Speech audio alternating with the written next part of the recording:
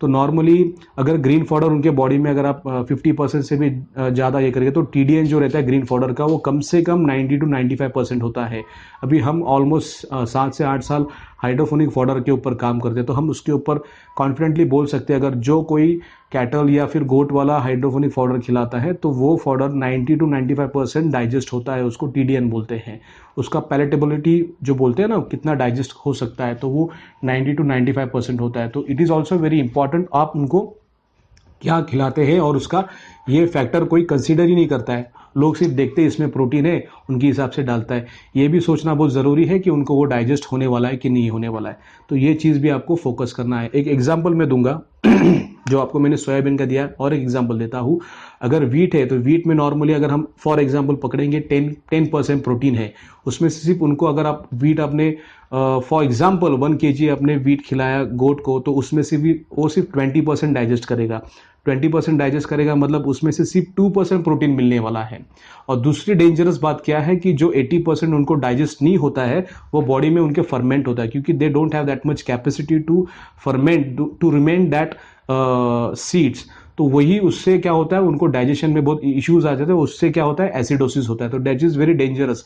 देखिए कैटल्स में थोड़ा एसिडिक फूड उनके पेट में गया है तो वो एडजस्ट कर लेते हैं क्योंकि वो एनिमल बहुत बड़ा है, पर जब आप गोट्स के बारे में सोचते हैं तो उनका इंटेस्टाइन भी बहुत कम रहता है, उनका सिस्टम भी बहुत, इंजन भी बहुत छोटा है। अगर इसमें इतना हेवी एसिडिक फूड आप देंगे तो वो डाइजेस्ट नहीं कर पाएंगे, बिकॉज ऑफ ये जो टीडीएन का परसेंट कम होने की वजह से वो सर्वाइव नहीं कर पाएंगे और जल्दी उनका कुछ ना कुछ तो मतलब लॉस होने का चांसेस आपका ज़्यादा है। So you have to focus on this TDN also. आप करेक्ट फॉर्म में देना है, 50% कम से कम ग्रीन फॉडर देंगे उनके बॉडी के मतलब उनके डाइट में, तो उनका हेल्थ अच्छा रहेगा। ओके, नेक्स्ट है जो आप उनको खिलाते हैं वो कौन से फॉर्म में होना चाहिए। देखिए पीएच ये बहुत इंपॉर्टेंट इश्यू है। पीएच का मतलब है पोटेंशियल हाइड्रोजन। आप जो उनको जो फूड खिलाते हैं उसका पीएच क्या है ये बहुत इंपॉर्टेंट मायना करता है, क्योंकि गोट का जो बॉडी है वो भी उसका पीएच एल्कलाइन होता है। नॉर्मली 1 to 14 ये रेंज होता है, 1 to 7 ये एसिडिक है, 7 is neutral and 7.1 to 14 is alkaline. So whatever you give to your cattles या गोट्स उसका जो फीड है वो एल्कलाइन फॉर्म में रहेगा तो वो बहुत अच्छा तरीके से डाइजेस्ट कर सकते हैं, क्योंकि उनका ब्लड भी एल्कलाइन है 7.35 pH। और अगर आप उनको फीड भी वो फॉर्मेट में देंगे तो उनको अच्छा डाइजेशन होगा। अगर आप उनको जो खिला रहे हैं वो एसिडिक फॉर्म में रहेगा तो उनको डाइजेशन में प्रॉब्लम आ सकता है। तो ये फैक्टर भी आपको कंसिडर करना है। सिर्फ ये इंपॉर्टेंट नहीं है कि उसमें कितना % प्रोटीन है या कितना फाइबर है, ये भी इंपॉर्टेंट है कि ये फॉर्म कौन सा है, उसका पीएच क्या है। तो अगले बार आप जब सोचेंगे आप जो उनको खिला रहे हैं तो उसका पीएच भी बहुत इंपॉर्टेंट है। आप 100% एल्कलाइन नहीं खिलाएंगे तो भी चलेगा, 20-30% अगर एसिडिक है बाकी का एल्कलाइन है तो भी वो एडजस्ट हो जाता है। पर बेसिकली लोग क्या करते हैं उनके गोट्स को सीड खिलाते हैं। सीड खिलाने से क्या होता है मेजर जो उनके बॉडी में जाता है वो एसिडिक होता है, उसके वजह से उनको डायरिया भी होता है और एसिडिसिस होता है। So that is the main reason. Wrong food देने की वजह से उनको हर चीज़ में मतलब आगे जाके प्रॉब्लम होता है। मतलब वो टीडीएन भी उसका कम है और उनका जो एसिडिक लेवल भी हाई हो जाता है तो उनको एसिडिसिस हो जाता है। तो आपको अगर आपके गोट्स का हेल्थ के बारे में सोचना है तो उनको एल्कलाइन फूड देना बहुत ज़रूरी है।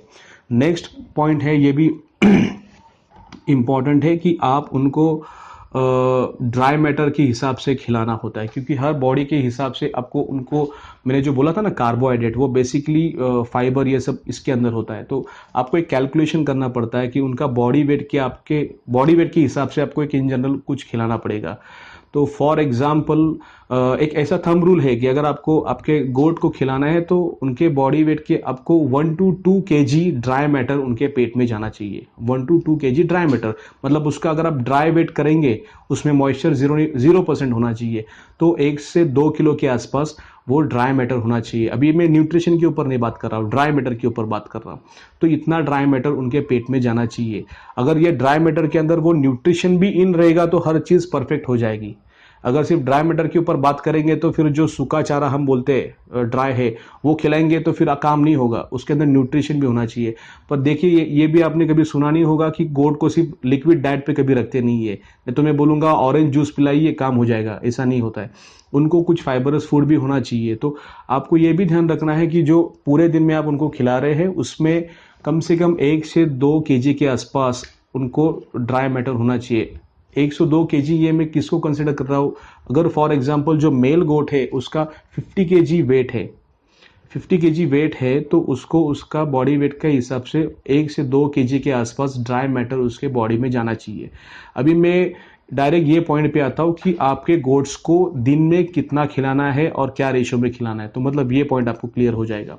फॉर एग्जांपल अभी आपके कैटल्स अगर 50 केजी का मेल गोट है तो उसका बॉडी वेट का आपको 10% खिलाना है, 8 to 10%। 8 to 10% का मतलब ये हो गया कि आपको 5 केजी खिलाना है। ओके तो ये 5 केजी में रेशियो आपको कैसा कैलकुलेट करना है, तो रेशियो ऐसा आता है कि कम से कम अगर आप 4 केजी ग्रीन फॉडर खिलाएंगे तो 1 केजी ड्राई फॉडर खिलाइए, या फिर 4.5 केजी ये खिलाए तो 1 केजी ड्राई फॉडर खिलाइए। अभी ये जो ग्रीन फॉडर होता है, ये ग्रीन फॉडर में नॉर्मली कितना मॉइस्चर होता है, 60-70%, कभी कभी 80% भी होता है। अगर हम बात करेंगे हाइड्रोफोनिक फॉडर के बारे में तो उसमें नॉर्मली 75% मॉइस्चर होता है, 25% ड्राई मैटर होता है। अगर हम 4 केजी आप ग्रीन फॉडर खिला रहे तो 4 केजी ग्रीन फॉडर खिलाने से उनको 1 केजी ड्राई मैटर मिल रहा है। ओके तो ये 1 केजी हो गया, और दूसरा जो मैंने आपको बोला ड्राई फॉडर कुछ भी खिलाइए तो वो एक 1 केजी हो गया। मतलब दोनों का अगर टोटल करेंगे तो वो 2 केजी हो गया। मतलब we are satisfying that fibre in their body. ये फाइबर का कैलकुलेशन के हिसाब से बता रहा हूं मैं। न्यूट्रिशन तो अलग बात आ गई, पर उनके पेट में एक ड्राई मैटर कितना जाना चाहिए उसका भी मैंने एक रेशियो बताया है आपको। प्रोटीन फैट ये तो अलग बात आया, पर एक ड्राई मैटर भी जाना बहुत जरूरी है, तो ये भी आपको ध्यान में रखना है। कभी कभी ये रेशियो बदल भी सकता है, मतलब 80% ग्रीन फॉडर मैंने आपको बोला, 20% ड्राई फॉडर भी दे सकते हो। अगर ये 70 किया तो आपको 30 देना है, तो फिर वो जो ग्रीन 70% आप दे रहे हो उसका मॉइस्चर कंटेंट क्या है ये भी इंपॉर्टेंट है। थोड़ा 19-20 चलता है, पर एक इन जनरल आपको ये ध्यान में आना चाहिए कि जो ग्रीन फॉडर खिला रहे, अगर ये ग्रीन फॉडर नहीं है, ड्राई फॉडर आपके पास बिल्कुल नहीं है, फॉर एग्जाम्पल आपके पास ड्राई फॉडर नहीं है, आपको सिर्फ हाइड्रोफोनिक फॉडर के ऊपर खिलाना है, या फिर आपके पास सिर्फ ग्रीन फॉडर है, तो आपको ये ग्रीन फॉडर का थोड़ा मॉइस्चर कम करना है, उसको हल्का सा सुखाना है और फिर उनको खिलाना है। तो उसका क्या ड्राई मैटर बढ़ेगा। और जो कैलकुलेशन मैंने आपको बताया है कि 50 केजी का मेल गोट है उसको 1 से 1.5-2 केजी के आसपास ड्राई मैटर पेट में जाना चाहिए। और कंडीशन क्या है मैंने आपको बताया कि इतना प्रोटीन इतना कार्बोहाइड्रेट फैट जाना चाहिए। ये कुछ चीज़ें हैं, अगर आप वो दिमाग में रखेंगे तो आपको वो जो कंसिस्टेंट ग्रोथ दिखेगा उसके बॉडी वेट में दिखेगा। अगर ब्रीड प्योर क्वालिटी का ब्रीड है और अगर ये फीड आप उनको खिलाएंगे तो आपको उसमें वेट गेन बहुत अच्छा मिलेगा। तो अभी मुझे ऐसा लग रहा है कि ये फॉर्मेट इंपॉर्टेंट है। और एक चीज़ मैं आपको बताना चाहता हूँ, लोग पूछते हैं कि कितने बार खिलाना है, ये भी क्वेरीज रहता है कि दिन में कितने बार खिलाना है। तो कोई लोग 2 बार 3 बार खिलाते हैं, पर हम लोग तो 2 बार खिलाते हैं। 2 बार खिलाने का कॉन्सेप्ट ये है कि हम उनको जितना ज़्यादा टाइम देंगे, 3 घंटा 4 घंटा 5 घंटा डाइजेस्ट करने में, उतना उनका जो डाइजेस्टिबिलिटी अच्छा होता है। हम जितना भी उनको पेट में जो इन कर रहे हैं प्रोटीन फाइबर, टीडीएन फैक्टर जो मैंने बोला डाइजेस्टिबिलिटी, उसको अच्छा तरीके से टाइम मिलता है डाइजेस्ट करने के लिए। अगर आप उनको हर 2 घंटे के बाद 3 घंटे बाद थोड़ा थोड़ा डालेंगे, डिस्टर्ब करेंगे, तो उनका जो डाइजेशन सिस्टम फेल हो जाएगा, डिस्टर्ब हो जाएगा। So we should not disturb that system. In case of goats हम उनको दिन में 2 बार खिलाते हैं। अभी जो मैंने रेशियो बताया कि 80% ग्रीन फॉडर देना है, 20% या फिर 70-30 ये रेशियो करके अगर आप खिलाएंगे तो सुबह ग्रीन फॉडर और ड्राई फॉडर का कॉम्बिनेशन करके खिलाइए, शाम को ग्रीन और फॉडर और ड्राई फॉडर का कॉम्बिनेशन करके खिलाइए। तो ऐसा आप करेंगे तो उनका डाइजेस्टिबिलिटी भी सही रहेगा। क्लीन वाटर उनको पिलाइए, तो मतलब हर चीज़ उनको सही से मिलेगा। एक चीज़ आपको ये भी ध्यान में रखना है कि सिर्फ डाइजेस्टिबिलिटी इंपॉर्टेंट नहीं है। एक पॉइंट मुझे और एक बताना है, जब मैंने अभी इतना तो बताया आपको कि इतना प्रोटीन इन करना है, फैट इन करना है, जब आप इसका कैलकुलेशन करने के लिए बैठेंगे ना, तो उसका आप जब फीड का सब देखेंगे, लैब रिपोर्ट्स देखेंगे, तो आपको पता चलेगा कि it is very difficult to give them such high protein और फैट। तो तब जाके आपको क्लिक होगा कि गोट फार्मिंग अगर आपको रन करना है तो आपको इतना प्रोटीन देना पड़ेगा। तो समटाइम्स कैसा होता है कि ये कॉस्ट बढ़ जाता है।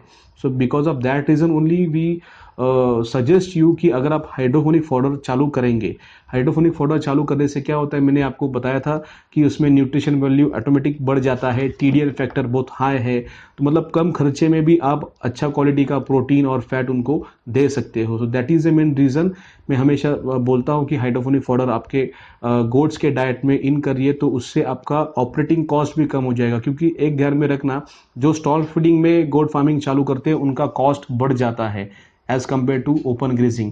तो आपको हर चीज़ के ऊपर फोकस करना है, उनको 1-2 केजी जो खिलाना है, 3 केजी जो खिलाना है ड्राई मैटर के ऊपर, वो उसका आपको पर डे कितना कॉस्ट आ रहा है। अगर वो आप इकोनॉमिक्स हैंडल कर पाएंगे तो आपका गोट फार्मिंग 100% सक्सेसफुल होगा। होप आपको ये इन्फॉर्मेशन जो मैंने दिया है it will be helpful for you to start your goat farming. अगर इसके ऊपर कुछ क्वेरीज रह गए तो आप मुझे कमेंट्स कर सकते हैं। ये मैक्सिमम लोगों तक आप शेयर करिए। अगर आपने ये सब्सक्राइब किया नहीं रहेगा मेरा चैनल तो सब्सक्राइब कर दीजिए। अगले टाइम वापस नए टॉपिक के साथ आऊँगा, तब तक के लिए थैंक यू, बाय।